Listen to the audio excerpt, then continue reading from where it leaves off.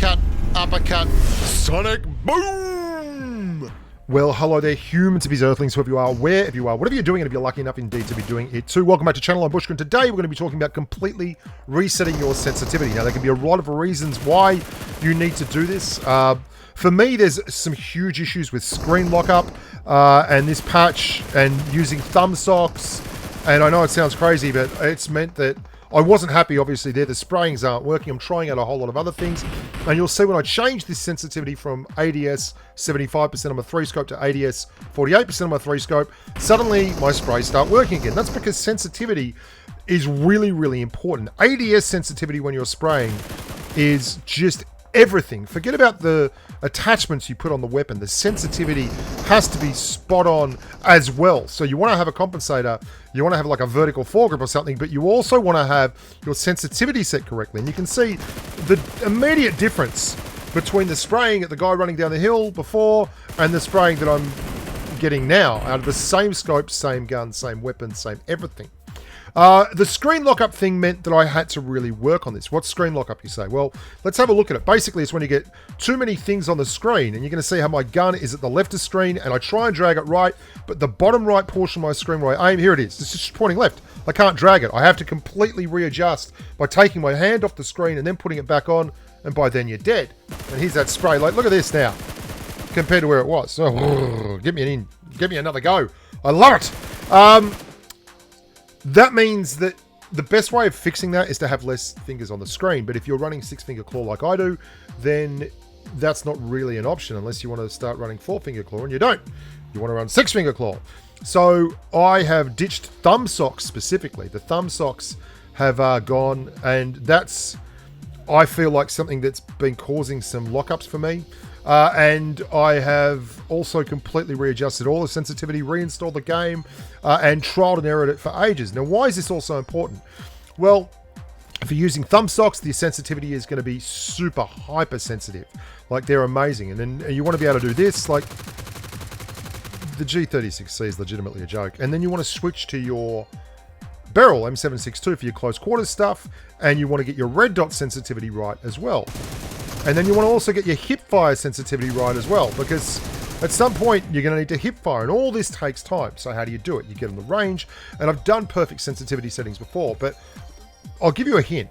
It takes time, and it takes effort, and it means that you have to start generally high and adjust all your way through. When you're doing it, you also don't want to just shoot at the targets. You want to shoot at specific things. Like if you were firing at someone that was in a window, for instance, over a broken wall, you want to see if you can get the gun to sit above that broken wall and just hit the window. And if your sensitivity is where the gun is dipping all the way down under the target, then it's too high. If your gun is going all the way above the target, then it's too low. That number again, I'm just going to make sure you can see this. If you're firing at that target and the bullseye and the gun is going above it and you can't keep it below it, then your sensitivity is too low. If you're firing at the target and your gun takes these big jagged dips down, then your sensitivity is too high. The way you figure this out is to get on the range and start shooting. And you can see, if you can get the gun to sit around about where your target is and not rise over the top, that's really, really important. You want to have a look at different ranges, and you want to try it with different scopes. And you've got to repeat this across the 2-scope, the 3-scope, the 4-scope. And then if you want a 6x spray, you've got to do it with a 6x scope. Then once you've done all that and you get very comfortable with it, you've got to consider, what gun am I spraying with? I mean, are you spraying with a M416? Then you want to set it up for that. You want to zero it in for that. And I know most of you will. Me personally, I'm not interested in running the M416. I find it boring as batshit. It's just easy mode. Like, no. Now we move on. You want to talk about your long bombs, the sniper rifles. Now, the easiest way to see if your sensitivity is too high on a sniper rifle is if you're zoomed in and it's really hard for you to get the reticle to stop exactly where you want it. You need to lower it right down so that when you move your thumb or whatever you aim with, it only moves it a tiny, tiny little bit.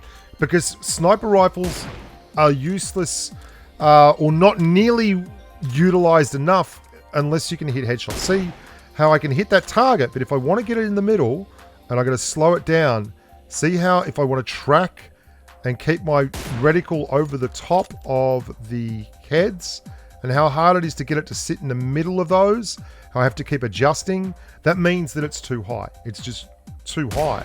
And you can fix that. You go in and you choose camera sensitivity for your 8x or your 6x or your 4x or whatever you're using, and then you adjust it up so that you can actually, or down as the case may be, so that you can adjust and it's smooth on the screen, that you can track targets and it's smooth.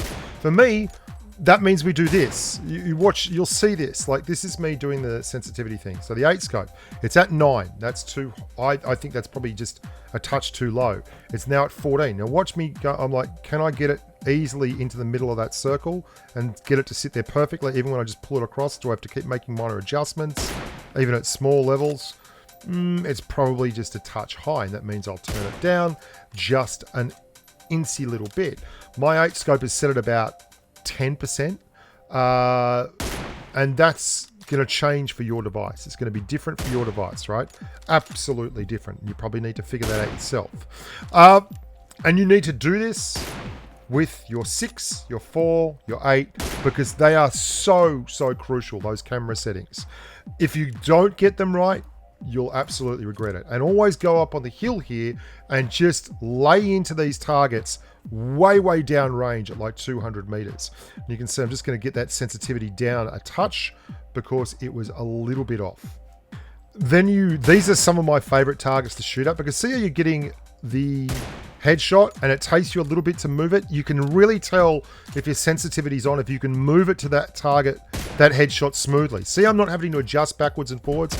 And then I'll go down to the trees there and I'll actually practice peeking left and right behind trees at the targets on a baseline with different scopes. This is how you should train too, by the way. Like, I'll do this lately. I've been doing it a lot because my game's been off. Going to thumb socks, having lockup issues, tinkering with the sensitivity, getting a new patch, reinstalling the game.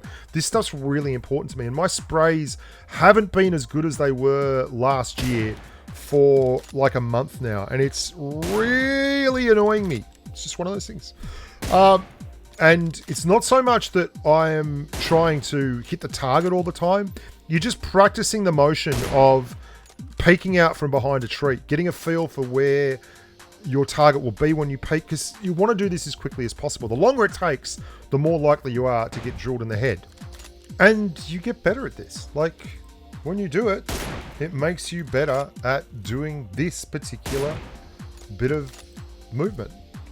Like, and it works in the sensitivity settings that you've already put in.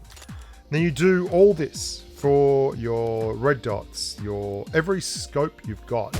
And then you work on your controls. And I've actually changed my controls a little bit from how they are here, where I've moved them ever so slightly because I really want to get the controls down to a point where I don't ever hit the wrong thing by accident.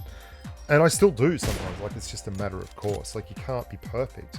It's, well, you can be, but I can't be. And this will make you a better player. This is really, really important. This is all about sensitivity and control and improving the gameplay. And there's no one else here. Like, I'm just like doing my thing, going around. I go through over 200 rounds of 7s here, just practicing these shots, and again and again and again. Then I load up and do it all again, because this is how you get better. If you think about it, when you're playing PUBG Mobile, you spend most of your time looting and running. In fact, the majority of your time looting and running.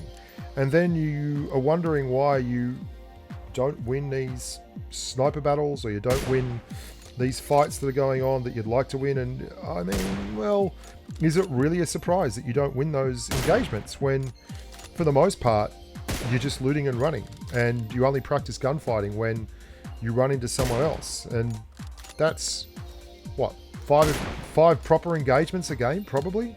That's not enough. Like, over the course of 10 games, you might get 50 gunfights in. And that's tactically good, but it's motor skills wise, it's not nearly as good as just coming to the range and burning an hour of your time like this. Like, this is like going and shooting hoops at the park and building up a jump shot, building up a stroke, building up a finish that works, instead of, or going and hit balls down a driving range and just making that muscle memory absolutely zoom. And the reward for this, obviously, is that you get to hit more targets and you get to get more frags and you win. Now, I'm making a whole other video about how passive and crap TPP is this season and how people are just playing the most non-aggressive gameplay style, and that the game, I'm really worried about the game and how boring it becomes with the way people play. But and the fact that there's so many hackers in FPP, it becomes a real problem. But all in all, it's still really enjoyable, and the thing that floats my boat the most is using long-range guns to snipe people. Like, that's just the most fun I have in PUBG Mobile. And I mean, that might sound passive in and of itself, but when you land Livic and everyone gets a house and you die like 5 games in a row just trying to do something in a game instead of waiting, like, oh my god, it's not an accident that I just did an assaulting video, because it's basically all I get to do now is land playing TPP solos and push. We'll see how it goes. Anyway, onwards and upwards, humans. Let's be positive. Until next time, stay safe on the battlefield, like this bloke here.